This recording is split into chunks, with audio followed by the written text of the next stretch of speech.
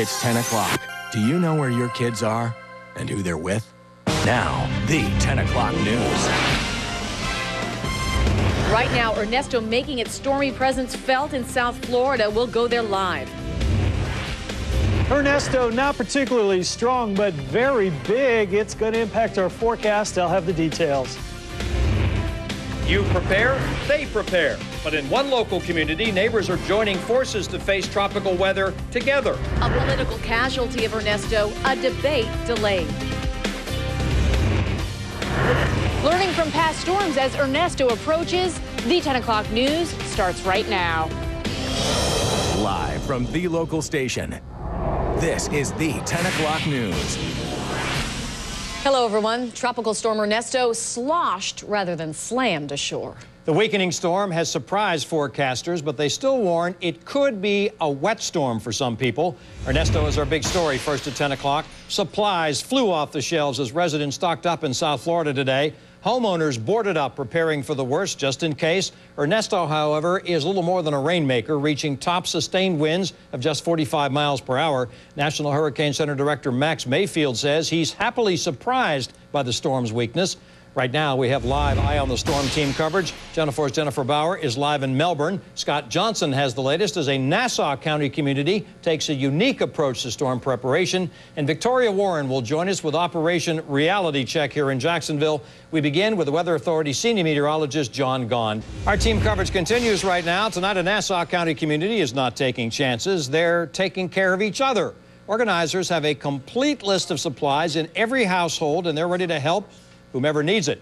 Jennifer Scott Johnson is live with more. Scott? Tom, say you're sitting in your house, a storm passes through, and then once it's gone, you walk outside and realize you're stranded. You don't have any emergency services that can even get to you. Well, one Nassau County neighborhood decided to make sure that never happens to them.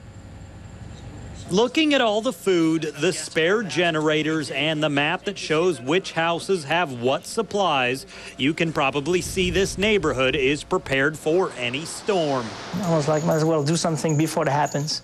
So this was established actually way before Katrina. After the 2004 hurricane season, these three Fernandina men decided they didn't want to rely on local emergency crews anymore.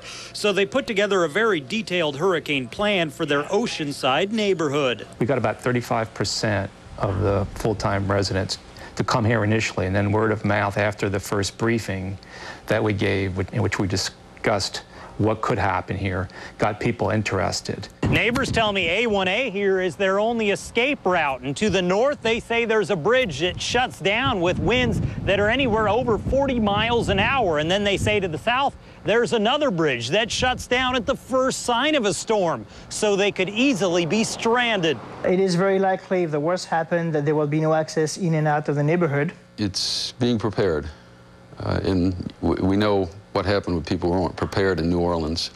And this neighborhood has a website with all their plans on it, how they're laid out, how they are going to handle things in case of an emergency. The website is www.nerag.com,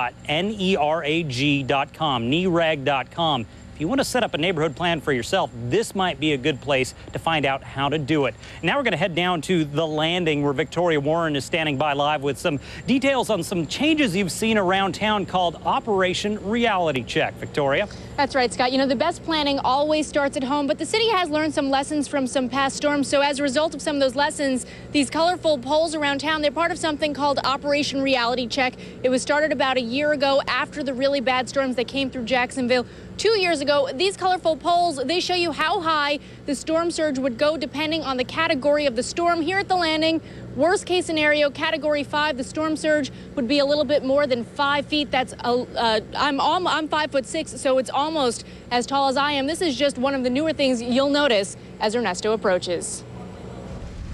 The beauty of Jacksonville could be its biggest threat.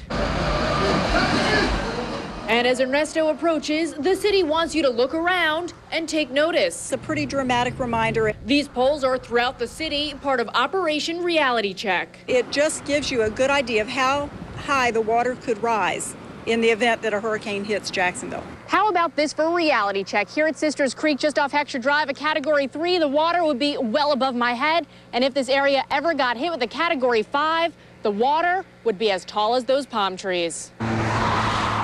And on our roadways, a simple change that could make a big difference: painted numbers to indicate exits. They're painted in thick white paint that is storm resistant. The idea, if winds blow down road signs, emergency crews that may come in from out of town could still find their way around. There'd be helicopters or planes in the air that can see where the exits are and use communications appropriately for ground transportation. In a rescue operation, time is critical.